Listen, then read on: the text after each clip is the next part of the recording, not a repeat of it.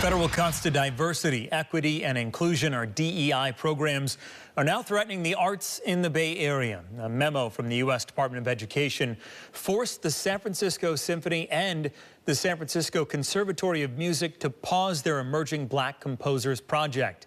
KRON 4's Stephanie Rothman joins us live in studio now with a reaction. Stephanie. One of the program's recipients explains without the investment, he fears there will be a lack of representation in classical music, especially when young Black talent is already so limited. A recent letter from the Department of Education reinforces the Trump administration's executive order eliminating DEI programs. This forced the San Francisco Symphony and Conservatory of Music to pause the conservatory's Emerging Black Composers program. Jens Ibsen of Berkeley is the program's 2022 winner.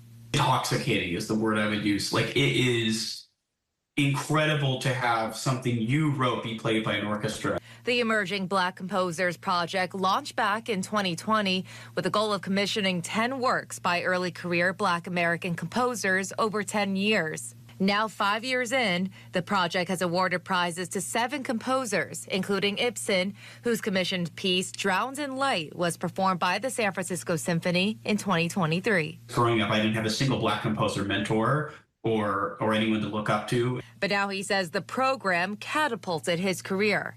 Conservatory students depend on federally subsidized loans and grants to support their education. The idea that other people might not be able to participate in this is, of course, heartbreaking, right? It's a butterfly effect of, how many composers would have been chosen for this, and then how many people would have heard their pieces or heard about the fact that they won and would have been inspired to do similar things. The San Francisco Symphony and Conservatory say they will continue the Emerging Composers project in the future, though the details have yet to be ironed out.